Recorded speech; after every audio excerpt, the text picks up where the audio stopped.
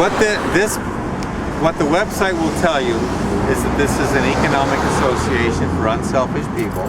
Okay. I'm an economist and a software developer. I'm also a carpenter and a construction laborer. That's how I actually feed myself. Okay.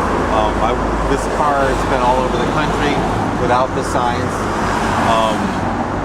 I've been preparing for this since 1992. It's the focus of my life, and it's been that way for many years. The idea is to encourage people to live unselfishly, and to do that as an economist would do that by incentivizing them, by basically saying, okay, let's help you prosper without selling out your values. So the message for young men is that you can hold on to your values and still prosper. And the way we pull it off is by saying you don't have to do it alone. We'll associate with each other for the purpose of helping each other get better jobs, be smarter about how we spend our money. An economic association. Same goal as a labor union, although it's an entirely different approach. Okay. So that's it. Ideafarm Associates is going to be an economic association for unselfish people. I'm the organizer. I'm not allowed to provide any leadership. My role is to bring people together. Okay. And it's not religious, there's no beliefs involved, just this one simple idea of living unselfishly, and that's defined on the website.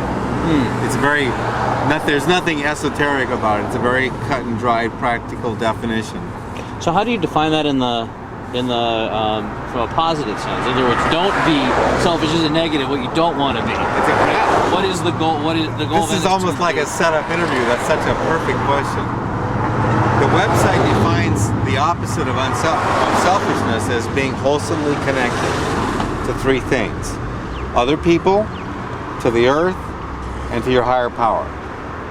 Okay. And you can be an atheist, no matter what you are, you still have a higher power, because a higher power is simply the power that controls the things in your life that you care about or that you need and that you can't control. Right. So for a farmer, the higher power is whatever makes the crop grow. So basically human forms some vision of a higher power. Either it's a God or Mother Earth or Great Spirit or whatever it is. Or for an atheist, maybe it's his truth. Right. You know, whatever that concept is, have a wholesome connection to it. Now, if you're a Christian, the Bible gives you lots of advice on how to be wholesomely connected to God. Sure. You know, so the concept is wholesome connectedness. This, in those terms, is accusing people of losing their wholesome connections. Okay. So you and I are selfish to the extent that some of those relationships either have become unwholesome, or you've totally become disconnected. A couple of years ago, there was a sign on the back of the car that said "Jesus without religion," and that was pretty effective. That got people, you know. But and after that, there was a large sign. They're still here, but you can't see them because they're so provocative. They work too well. It says, "The root problem is that you have become," and then in big letters on the next line, "a selfish people." Well, last spring I was doing this thing, and I finally got run out of the Bay Area. I took these all over the Bay Area. I had eggs thrown at me, people throwing, insults at me and threats, and they were very effective, but I found that people misunderstood them. A lot of poor people that were having hard lives would read this and they would feel even worse. Like I'm telling them they're being selfish. That's not what you're about. That's not what I was doing, but people misunderstood. One of the things I've learned, to my surprise, is some people don't have very good verbal skills. Just tonight, I had somebody come by and yell at me, "Crab legs! Crab legs? Crab legs!" She was in the left turn lane. And I was sitting here having my dinner. At first, I couldn't figure out what the crab leg. And then I realized, crab leg. Oh, she thinks I'm selling fish. Okay. You don't like shellfish, one of the two. Well, I had shellfish, but that's a joke. The first time I heard the shellfish one was on was in Pacifica, which kind of fits, you know, Right. near the ocean. I've had at least 9 people ask me what kind of fish I have for sale. Oh boy. This happens all over California. Selfish. No, I don't So- selfish. You can't say much on a sign, you know, and what I enjoy is that these signs do not have the effect of accusing people. People don't feel accused. Right. Like this sign here, you know, people would say, "Oh, you're one of those end of the worlders." They would see it as a religious message. They took it very personally. People don't take this personally. They react to it, and people either drive right by, you know, or they go like this, you know, but they're not taking it personally. So this is where we're sticking with this because it works. That's cool. So where are you from? Well, I'm from wherever I am. Okay. That's what I say. I actually live on the road. I've been on the road since about 2000. Wow, okay. My kids grew up in Milpitas. I had a suit and tie on. I was right in the middle of the high-tech thing when it was happening, Got the it. late 80s Sure. through the early 90s.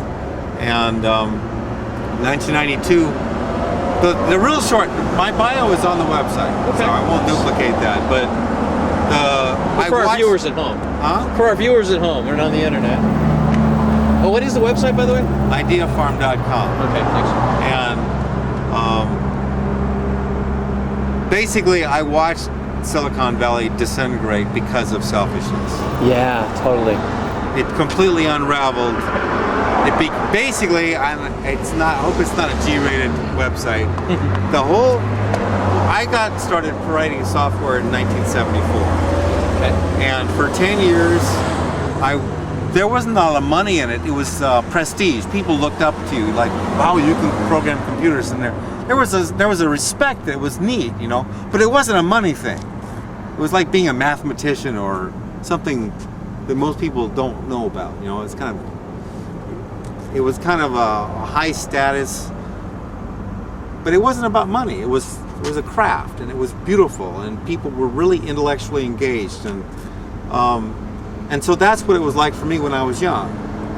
And I came to Silicon Valley expecting, you know, now I'm going to be in the Mecca, you know. But what I found instead was that the stock option thing and just things had changed. And now it was about money. And through the mid 80s and through the early 90s, I saw it basically become fuck the East Coast investors.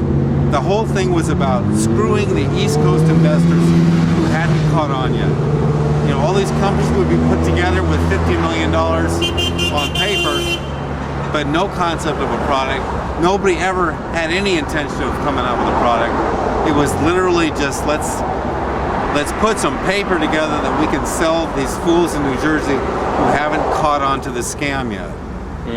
You know, and I saw this happen personally. I saw these things, my personal experience. This is not hearsay. Right. You know. So anyway, for a variety of reasons, I'm 52 years old, and my dream before I die, I want to live in a real community. I want to have real friendships. I want to have close, you and me are brothers kind of relationships. I want to do business with men that I am in brotherhood with. And I want to have dinner, not in a faith community, but something similar to that. Okay. I want that kind of closeness, but not based on a belief system, just based on our basic humanity. And I think that's possible with this concept. People don't recognize it yet. Nobody's really caught on yet. This is the message of Jesus. It's the same message. But people who will never go to church relate to this. It's digestible to them.